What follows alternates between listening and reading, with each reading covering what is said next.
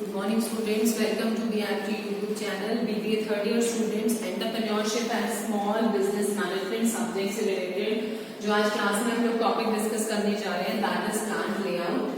Plant layout की meaning, needs, important को आज इस क्लास में डिस्कस करेंगे.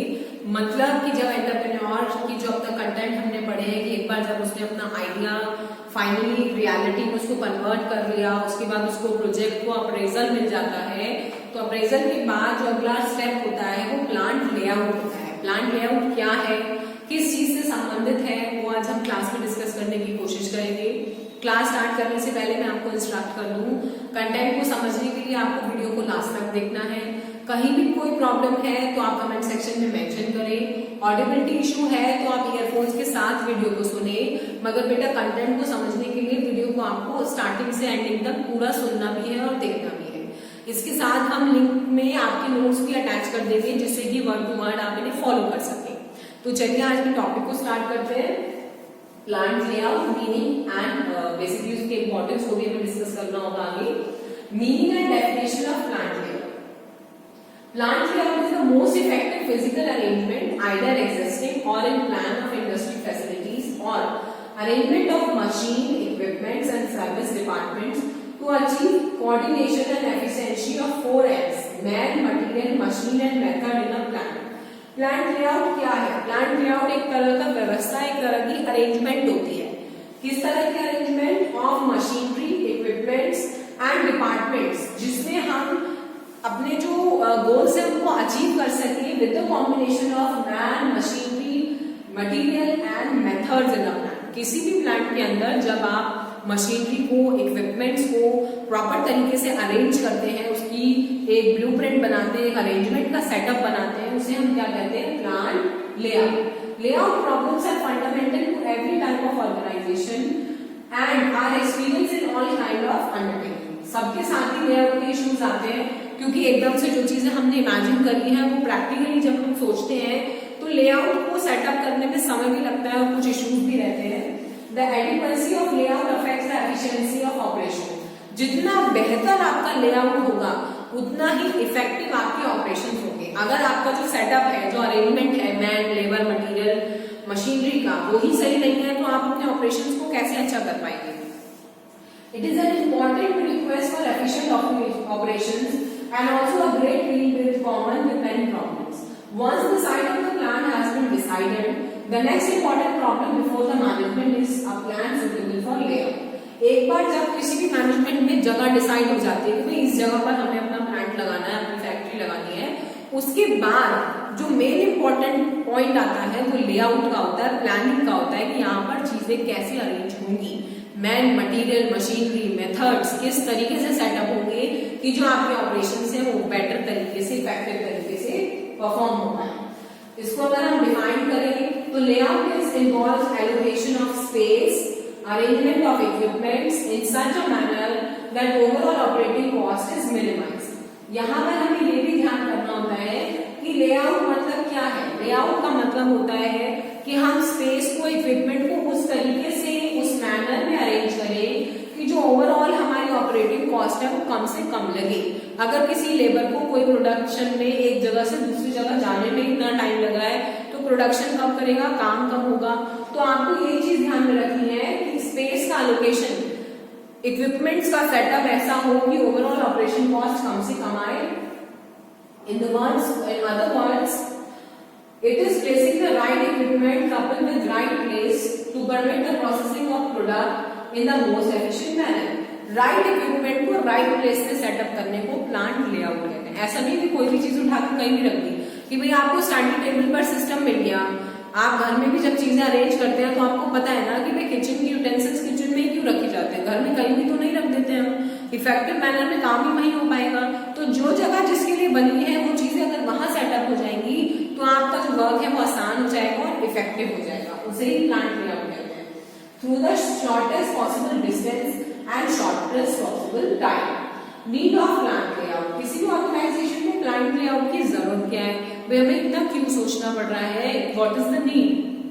सबसे पहले है they are design changes in the product, there is expansion in the enterprise. अगर आपकी प्रोडक्ट में कोई डिजाइन में चेंजेस आ रहे हैं, आपकी एंटरप्राइज पहले से एक्सपैंड होने जा रही है। साइज ऑफ द डिपार्टमेंट अगर वेरी करते हैं, कोई डिपार्टमेंट बड़ा है कोई छोटा है, कोई नए प्रोडक्ट आपने ऐड ऑन कर दिए हैं, new department is added to the enterprise, उसकी वजह से भी आपको करना पड़ता है लेआउट, या फिर एक नया प्लांट आपने स्टार्ट किया है तो आपको तो ऑब्वियस सी बात है एलोकेशन की जरूरत भी होगी लोकेशन सेटअप करने में। इंपॉर्टेंस ऑफ प्लांट लेआउट में सबसे पहली इंपॉर्टेंस क्या होती है? First importance of plant layout, the layout is quite important in the view of the definition. Possibility of attaining the best possible layout is proportional to the factor weight, volume or mobility of the product. It is the final product quite heavy or difficult to handle, cost material handling equipment or large amount of labor. Important consideration will be to move the product minimum possible. Boiler, turbines, locomotive, industrial and ship buildings and companies. सबसे पहले importance होती है weight, volume and mobility.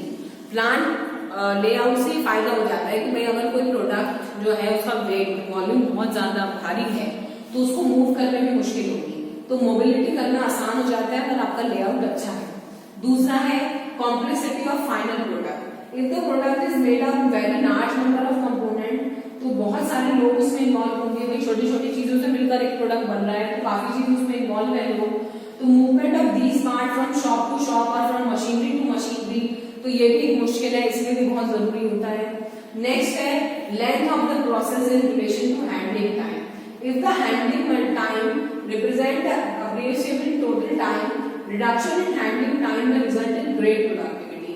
तो ये भी एक फायदा है कि भाई हैंडलिंग टाइम अगर कम हो जाएगा तो प्रोडक्टिविटी बढ़ जाती है, ये भी एक इंपॉर्टेंस है। Next is extend to which the process tends toward mass production. Mass production में कब तक आपका जो बेसिकली एक्सटेंड है प्रोडक्शन का, तो these are the importance of plant layout. अब इसका ऑब्जेक्टिव डिस्कस करते हैं, objectives of good plant layout. सबसे पहला ऑब्जेक्टिव क्या है? शुड प्रोवाइड ओवरऑल सेटिस्फैक्शन, सभी लोग उससे संतुष्ट हो तभी लेआउट माना जाता है, ठीक है। दूसरी बात, internal transportation from one to next बहुत मिनिमाइज होनी चाहिए। Bottlenecks and points of congestion are to be eliminated. Semi finish part move fast, एक जगह से दूसरी जगह मूवमेंट के जो पार्ट्स हैं वो फास्ट होने चाहिए, इस ध्यान में रख के बनाना होता है। Should provide high work in process turnover, process turnover में हाई वर्क होना चाहिए। शुड यूटिलाइज द स्पेस, जितना ज्यादा अच्छी तरीके से स्पेस यूटिलाइज हो सकता है उतना यूज करना होता है, ये उद्देश्य होता है। शुड प्रोवाइड वर्कर कन्वीनियंस, लोग अपने काम से सेटिस्फाइड हो, कन्वीनियंस हो, ये नहीं कि एक काम के लिए उन्हें जोर पड़ रहा है, घूम के जाना पड़ रहा है, टाइम वेस्ट करना पड़ रहा है। शुड अवॉइड अननेसेसरी इन्वेस्टमेंट्स, खर्चा कम होना चाहिए, फालतू में ज्यादा उनका पैसा अगर वेस्ट होगा तो फिर लेआउट का फायदा नहीं है। Should lead to increase productivity and better quality, quality और प्रोडक्टिविटी अच्छी होनी चाहिए। शुड प्रोवाइड इजी सुपरविजन, ये भी एक ऑब्जेक्टिव है। Should provide space for future expansion of the plant, plant के फ्यूचर एक्सपेंशन के लिए भी स्पेस होना चाहिए लेआउट में, ये भी एक इंपॉर्टेंट पॉइंट है। एंड नेक्स्ट है it should provide lightning and ventilation of the area. ऐसा नहीं कि सब चीजें आपने कंबाइन करके रख दी तो लाइटनिंग एंड एरिया को आप बेसिकली वो करेंगे। नेक्स्ट वन इज जो लास्ट इसका टॉपिक है वो है टाइप्स ऑफ प्लांट लेआउट, किस तरीके के प्लांट लेआउट होते हैं जनरली, तो यहाँ पर हम ब्रीफली डिस्कस करेंगे। सबसे पहला होता है प्रोडक्ट और लाइन लेआउट। पहला लेआउट होता है कि इसमें arrange according to the sequence of operation, क्योंकि लाइन नाम है तो जो जो सीक्वेंस में प्रोडक्ट बनना है उसी तरह से चीज अरेंज होती है, उसको हम सीक्वेंस लेआउट लाइन लेआउट कहते हैं, ठीक है। नेक्स्ट जैसे इस तरह से आपको मैं इमेज दिखा पा रही हूँ 1 2 3 इस तरह से लाइन सेटअप है। दूसरा आपका लेआउट होता है बेटा process layout. It is basically where the volume of production is needed. If the product are not standardized the process layout is more desirable. तो वॉल्यूम पे डिपेंड करता है कि कितने वॉल्यूम में प्रोडक्ट्स बन रहे हैं। फिक्स पोजीशन लेआउट, जो तीसरे टाइप का लेआउट होता है स्टूडेंट्स दैट इज फिक्स। अभी तक हमने डिस्कस किया कि भी सबसे पहला जो लेआउट था वो प्रोडक्ट और लाइन लेआउट होता है। प्रोडक्ट लाइन लेआउट जैसे मैंने आपको बताया कि भाई बेसिकली प्रोडक्ट या लाइन लेआउट का मतलब है लाइन वाइज सीक्वेंस में चीजें अरेंज होती है। जैसे मैंने आपको ये डायग्राम दिखाने की कोशिश की कि वी गो विद ग्रिड 1 2 3 4, तो इस तरीके से सेटअप होता है। दूसरे में मैंने बताया प्रोसेस या functional. The process layout is particularly जहां पर लो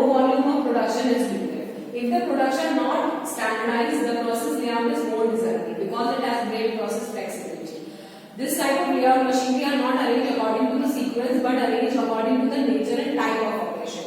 ये लाइन से ऐसा अलग है कि यहाँ पर अगर आपका जो प्रोडक्शन वॉल्यूम है वो कम होता है तब आप प्रोसेस लेआउट यूज करते हैं। प्रोसेस लेआउट का मतलब है कि टाइप ऑफ ऑपरेशंस के हिसाब से यहाँ पर सीक्वेंस होता है।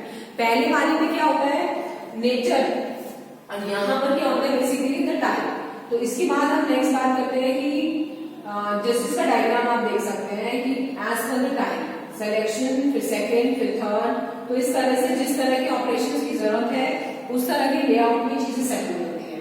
तीसरा टाइप ऑफ लेआउट बेटा यहाँ पर होता है fix position layout. This type of layout is least important for today's manufacturing industries because this type of layout is major component remain in the fix location and materials, parts, tools, machinery, man power are brought to this location. क्योंकि नाम ही है fix position तो आज के time पे ऐसा जो layout होता है वो कामयाब नहीं होता क्योंकि जहाँ पे जो मेन कंपोनेंट होता है ना, मेन इक्विपमेंट है वो एक ही जगह फिक्स होता है। बाकी सब चीजें वहां तक लाई जाती है, वो अपनी जगह से नहीं हिल सकता। The major component of body remains the fix because it is very heavy to bring, जैसे convenient to bring necessary tools. This type of layout is used in boilers, hydraulic and steam turbines and ship. जैसे बड़े बड़े boilers होते हैं, टरबाइन्स होते हैं ships के, तो वहां पर क्या होता है इतने हैवी इक्विपमेंट होता है कि उसको रोज मूव करना है ऐसी जगह पर रखना पॉसिबल नहीं है, तो वो फिक्स लेआउट कहलाता है। अब जो चौथा टाइप का लेआउट होता है वो होता है combination type of layout. Nowadays pure slip of any form layout is discussed above is rarely found. Therefore generally the layout used in the industry is comprised of all the mentioned layout. अगर मैं आज की बात करूं तो आज के time पर इस तरह के इंडस्ट्री में लेआउट मिलने जो हमने अभी पढ़े वो सारे पॉसिबल नहीं है। भाई फिक्स भी नहीं हो सकता है, प्रोसेस के हिसाब से भी नहीं हो सकता है और लाइन वाला भी नहीं हो सकता है।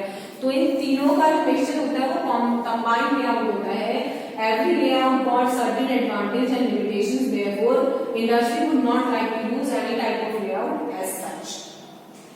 तो बेसिकली ये टाइप्स ऑफ लेआउट है जो आपको एक बार और मैं रिकॉल कराने की कोशिश करती हूँ। सबसे पहला होता है process layout, product layout. Product layout का मतलब है लाइन, प्रोडक्ट के नेचर के हिसाब से लाइन बाय सीक्वेंस अरेंज होता है। दूसरा पढ़ा था द टाइप ऑफ ऑपरेशन जिसको कहते हैं प्रोसेस लेआउट, जो फंक्शनल लेआउट भी कहलाता है। तीसरा होता है फिक्स लेआउट जिसमें इक्विपमेंट फिक्स होता है, बाकी चीजें उसके पास लाई जाती है। और चौथा होता है कॉम्बिनेशन टाइप, वो भी आजकल इंडस्ट्रीज में प्रैक्टिकली पॉसिबल नहीं होता है। तो ये बेसिकली टाइप्स ऑफ लेआउट होते हैं। यहाँ पर हमने उसके ऑब्जेक्टिव्स पढ़ने की कोशिश की। उससे पहले what are the importance of layout and what is the need of plant layout. तो आई होप आज के कंटेंट को आप आसानी से समझ पाए हैं। लेआउट का मतलब होता है अरेंजमेंट ऑफ इक्विपमेंट्स।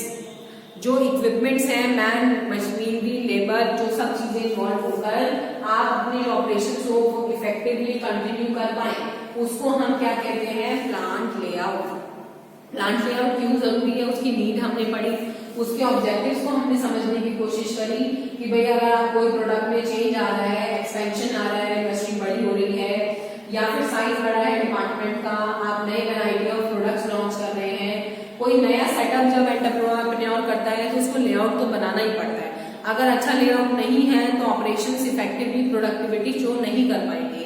भाई आप भी कुछ सोचिए कि जहां आपकी मशीनरी है वो सही जगह पर अगर सेटअप नहीं है तो क्या होगा कि लोगों का आने में, जाने में, टूल्स एंड इक्विपमेंट को अरेंज करने में टाइम वेस्ट होगा, जो टोटल मैन्युफैक्चरिंग टाइम में काउंट होता है, जिसकी वजह से क्या होता है जो कॉस्ट है वो बढ़ जाती है।